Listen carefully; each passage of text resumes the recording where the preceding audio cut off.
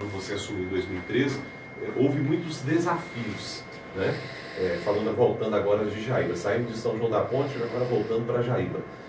Como é que você fez para lidar, para enxugar a máquina? Porque naturalmente você encontrou uma máquina inchada e teve que cortar na própria carne. E isso naturalmente incomodou muito. Como foi isso? Perfeitamente. Quando nós assumimos, nós encontramos um modelo diferente de administração, onde nós tivemos que cortar alguns paradigmas, né? Realmente não foi fácil, porque o município, se você enxugar ele, tem como você trabalhar sim, né? Mas tem que ser gestor e tem que ter responsabilidade. Então foi o que nós fizemos. Nós fizemos uma gestão séria no nosso município, organizamos o nosso município e é isso. E aí demos os primeiros passos. A primeira coisa que nós fizemos foi demonstrar que nós queríamos levar a Jaíba com seriedade, tá certo?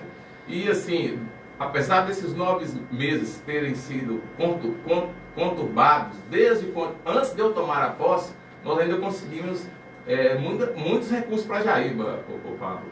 Isso é importante. Esses recursos foram através de emendas parlamentares? Como foi, Gil? Esses recursos foram através de emendas parlamentares e muitos através do governo de Minas. O deputado Gil Pereira, o deputado Zé Silva eram os parceiros da gente e a gente conseguiu. Era e são, né? Era e são, verdade. Só para você ter ideia, nesses 9 meses, com toda a conturbação, eu fiquei ali 9 meses só pressão, nós ainda conseguimos 36 milhões de obras. Eu levei o vice-governador 2 vezes na Jaíba. Tá certo? Isso... Eu posso aqui citar. Sim, por gentileza. Nós conseguimos 12 milhões para o anel rodoviário. Já tinha sido aprovado, mas não saía.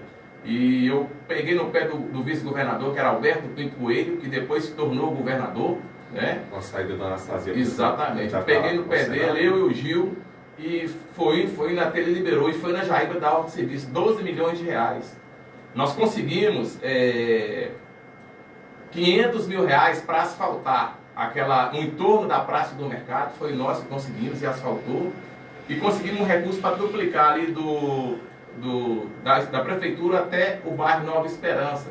Só que o recurso está em conta, mas quando eu fui afastado, houve um erro lá do administrador que assumiu, e aí está o atual prefeito tem que ver como que ele vai se organizar para resolver essa questão, para dar sequência a isso aí. Mas eu posso dizer aqui, ó, todos os postos de saúde, quando eu digo não é só na Jaíba e na zona rural, estavam todos arrebentados. Eu me lembro uma cena quando eu cheguei lá no Lina Massal, que eu vi as portas todas quebradas. Nós conseguimos recursos para reformar todos os postos de saúde e foram reformados. Nós urbanizamos a avenida. Nós colocamos semáforo, Pablo. Não tinha semáforo na Jaíba. Aquele semáforo da Jaíba foi você? Foi nós que colocamos. Parabéns. Nós colocamos, eu não sabia, tá vendo, Carlos? Pintamos as faixas da avenida, urbanizamos. Nós conseguimos, na época, nós conseguimos uma patrol zero, uma caçamba zero e uma retro zero. Nós tínhamos um programa, quando eu peguei, chamado Banco de Alimentos. O que é o Banco de Alimentos? Compra na mão dos pequenos produtores. Ou seja, você fomentando a economia local. Isso. Né? Compra na mão dos pequenos produtores e entrega em todo o município para as pessoas de baixa renda. Quando eu peguei, já existia esse projeto. Só que era 2 milhões, eu consegui levar para 6 milhões. Parabéns. E hoje acabou. Acabou? Não tem mais na Jaíba. Não tem mais banco de alimentos na Jaíba? Não tem mais. Meu Deus do céu. Aí fica difícil de... Gente, não tem. Nesse momento agora de crise, o povo passando fome. E vou mais longe. O projeto Jaíba é onde eu sonho em erguer a Jaíba, através do projeto Jaíba. Que é o maior da América Latina, né? E eu quero, Pablo, se Deus me der a oportunidade, valorizar aquele pessoal do projeto Jaíba. É um pessoal sofrido, é um pessoal que carrega não só a Jaíba, mas carrega a região nas costas.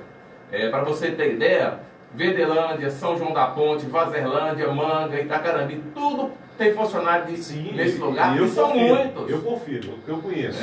Eu conheço. Então assim, eu sonho em erguer aquele projeto Jaíba, entendeu? É valorizar os pequenos produtores, valorizar o grande produtor. Eu tenho grandes sonhos para aquele projeto Jaíba. E aí, na mesma sequência, nós levamos um OBS tipo 2 para o projeto Jaíba, que está lá no NS2. Qual que era meu sonho? Era ter um hospital lá no NS2. Então nós levamos essa estrutura muito bonita, nós conseguimos esse recurso, fizemos, está lá no NS2 abandonado, tá certo? Por falta de competência, só isso. O que era? O meu sonho era colocar médico 24 horas, porque eu entendo que é um absurdo o pessoal do projeto sair de Jaíba para ir para Jaíba. Só para as pessoas entenderem, porque são mais de 40, mais de 52 municípios nos ouvindo, que talvez não conheçam a Jaíba.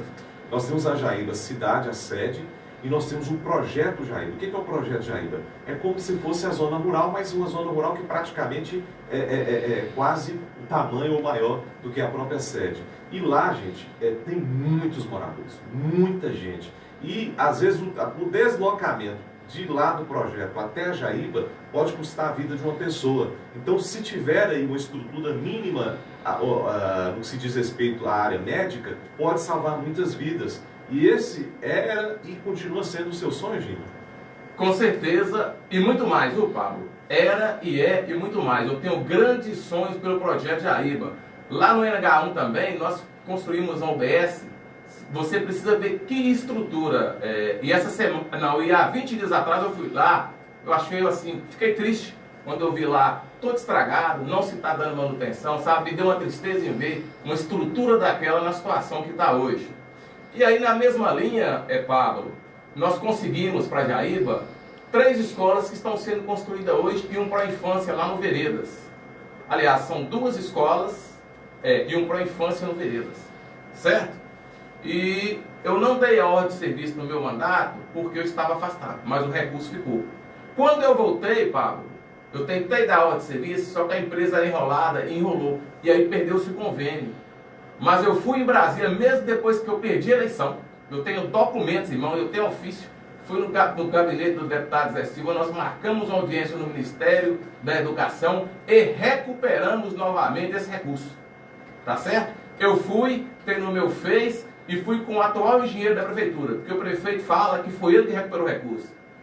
Ele pode ter contribuído, mas o dinheiro já estava na conta.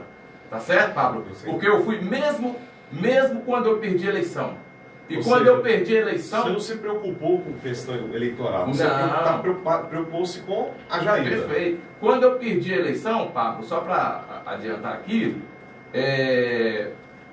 o ginásio tinha 8 anos que não funcionava, eu reformei, entreguei depois que eu perdi. Eu fui atrás dessa escola depois que eu perdi, ou seja, sempre eu mostrei responsabilidade. Tem uma outra questão aqui, o fórum de Jaíba, nós tínhamos conseguido, com o doutor Herculano, que era o presidente do tribunal, 7 milhões de reais e conseguimos o terreno. O terreno, inclusive, é o que o fórum hoje está.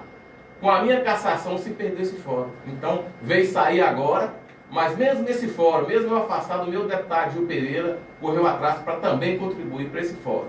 Então, eu estou te mostrando que uma administração com seriedade se faz. Tudo isso aqui que eu te falei, nós fizemos em 9 meses, Pablo. Você imagina se esse homem governa 4 anos, né? Jaíba hoje estaria voando baixo.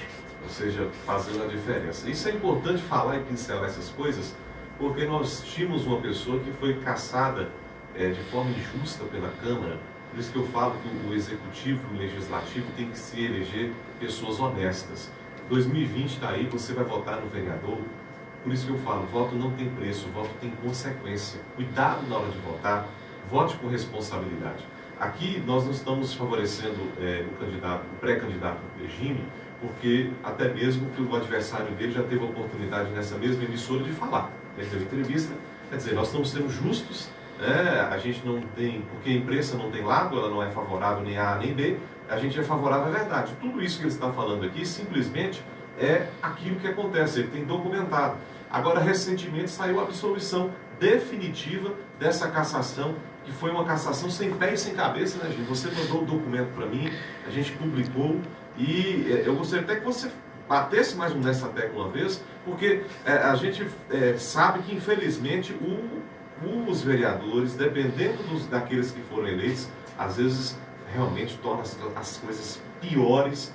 E, por favor, ao votar, ao escolher o seu vereador, vote com responsabilidade.